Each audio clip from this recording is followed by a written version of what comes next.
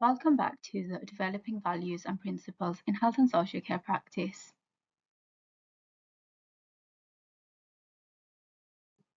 This presentation will give you a detailed account of what reflective practice is. Why do we reflect? It is also always important to be mindful in regards to why we reflect. Reflection is a process which enables us to learn more about ourselves and our personal journey.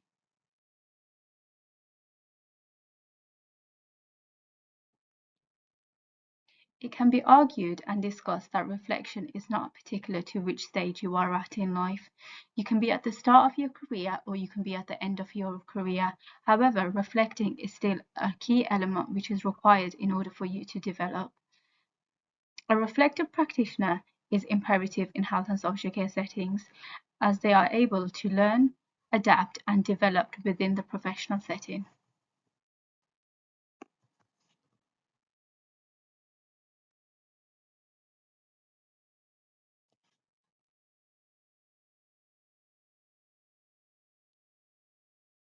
Next, you will find a few definitions of reflection. Upon analyzing all of these definitions, you can understand that they all have the same meaning and purpose.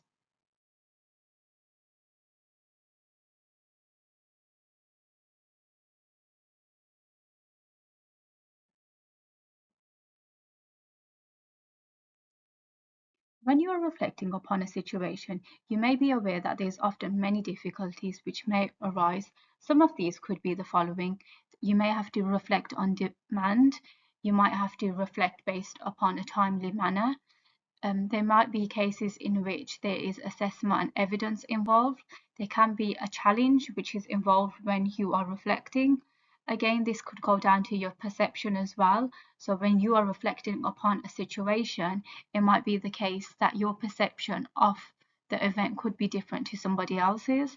There can also be a lack of knowledge or experience. There can also be personal disclosure. It could also be superficial, descriptive, uncomfortable, spiral or self-indulgence. There might be a case of vulnerability, or you might feel too self-conscious or too self-aware of the situation. I am now going to ask you to take a few moments to think about a situation which may have occurred in your personal life, which upon reflecting you realize that you did something wrong, or you could have done something differently.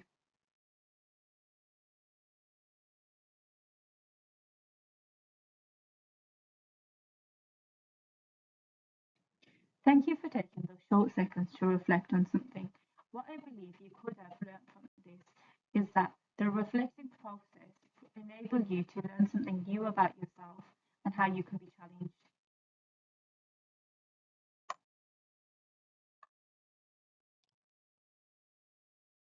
Moving on now, linking theory to practice. When reflecting, it is always important that you are linking theory to practice. So you are linking what you have learned from your reflections to a particular theory. Theories are important as they allow you to understand a certain situation. It's also important to note that theorists often do extensive research in regards to their theory before it is actually published. Therefore, they are imperative when reflecting as they enable and ensure that they have all the facts and statistics present within the theory.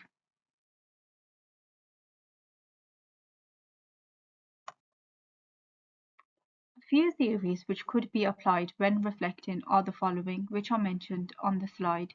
Please do make a note of this.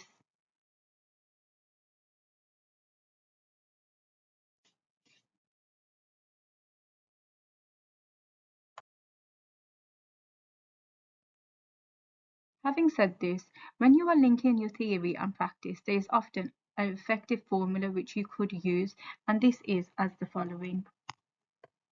Quotation. So in this section, you will then write down your quotation with a reference. You would then need to do an interpretation where next to your quote, you would ensure that you are putting down the idea and what the idea and concept means to you. So your interpretation of it. And then you would need to ensure that you are concluding your points by doing an application. So you would say how this idea or concept applies to this piece of practice which you are speaking about. So when you are doing this bit, you need to be very particular as you can and showing how the theory has helped you to do something or help you to understand a certain situation.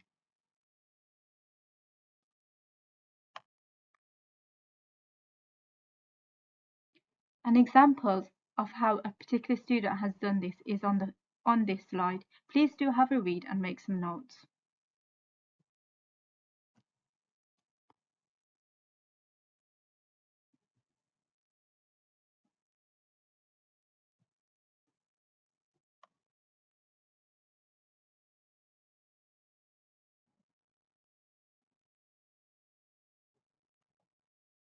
Hatton and Smith are theorists who developed 4 levels in the development of teacher reflection from teaching practice. They emphasized on the importance of reflecting upon one's personal journey based upon these 4 stages.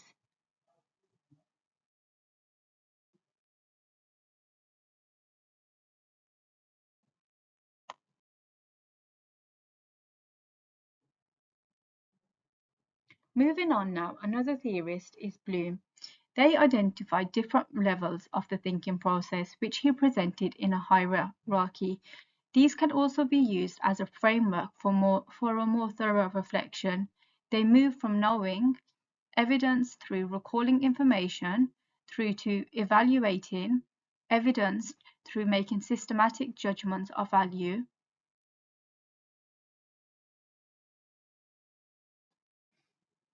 Bloom argued that they are all equally important in order for one to properly reflect.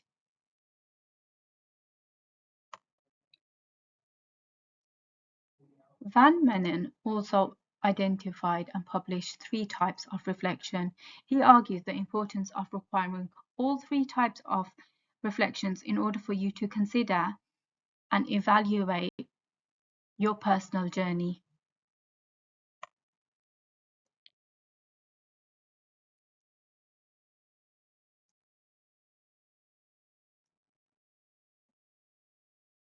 Moving on to John Dewey.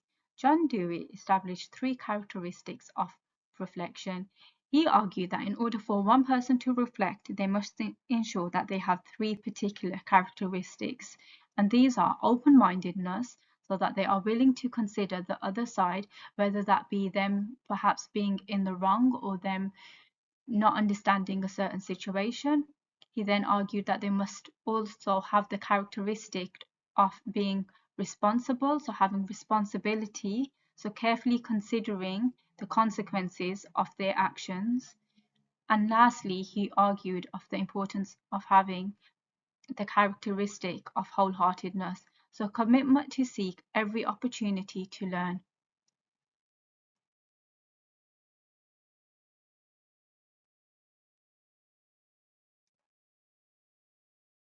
The experimental cycle.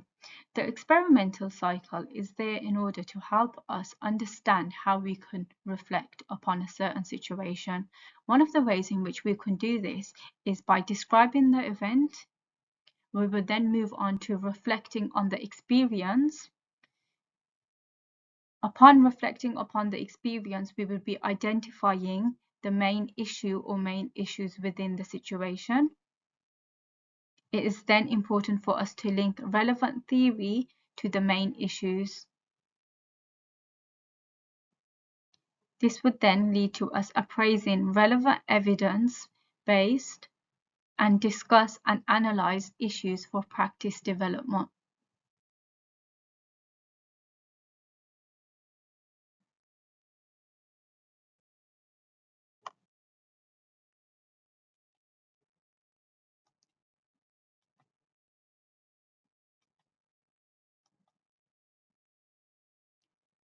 Spiral of reflection, Bain et al.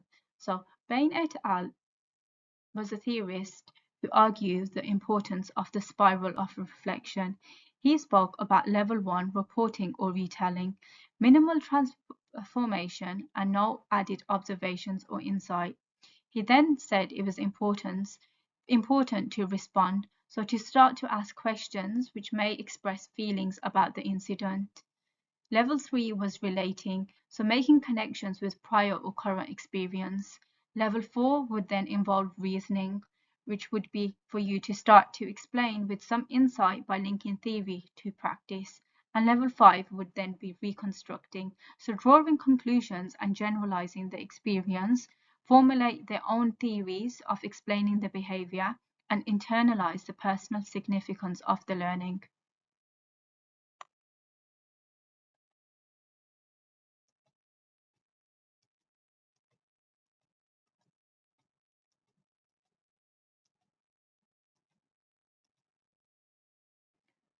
So overall, when we are reflecting upon an event, there are certain procedures in which we should follow in order to help us do this.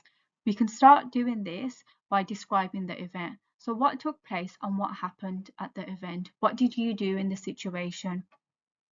You would then go on to explaining why did it happen? So what went well, what could have gone differently for you? Now it is time for you to think outside the box. Other possible reasons for your events. We often think of one option and can maybe consider other points as well. Now it is important for you to link all of this to a theory and reading which you know about. So this could be a psychology theory, a learning theory, a research, or a current national change. You would then move on to actions and implications for you. So you would start by finding things out. This can be finding things out, training, support, and working differently. So an action plan which could be implemented in order to prevent these things from happening again for you. This could be other teachers learning, managers being involved, you reassessing the Policies and Procedures Act. Overall, through following this cycle, it will help you to reflect upon a situation in an efficient manner.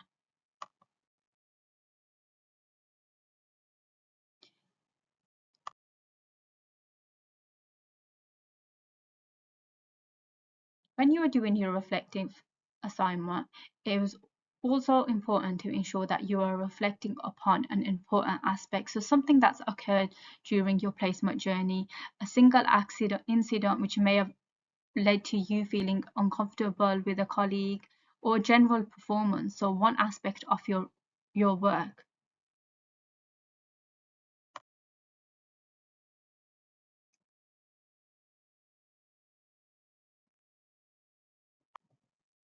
Again, this is just another cycle in which you can follow when you are writing up your personal reflective statements. So you can do your personal reflection. This would be based upon your placement. So what occurred within your placement, your roles and responsibilities at placement. This would then go back to yourselves as students. This could relate to your characteristics, your attitude to placement, and then it can lead back to university, for instance. So how did you have any challenges, for instance, with your placement forms, with submitting your placement form? So this would all come together as one when you are reflecting. Overall, this concludes to the end of the presentation. I hope you all were able to gain extensive information in regards to what reflection is and how you could reflect in your reflective assessment. Thank you very much for listening today.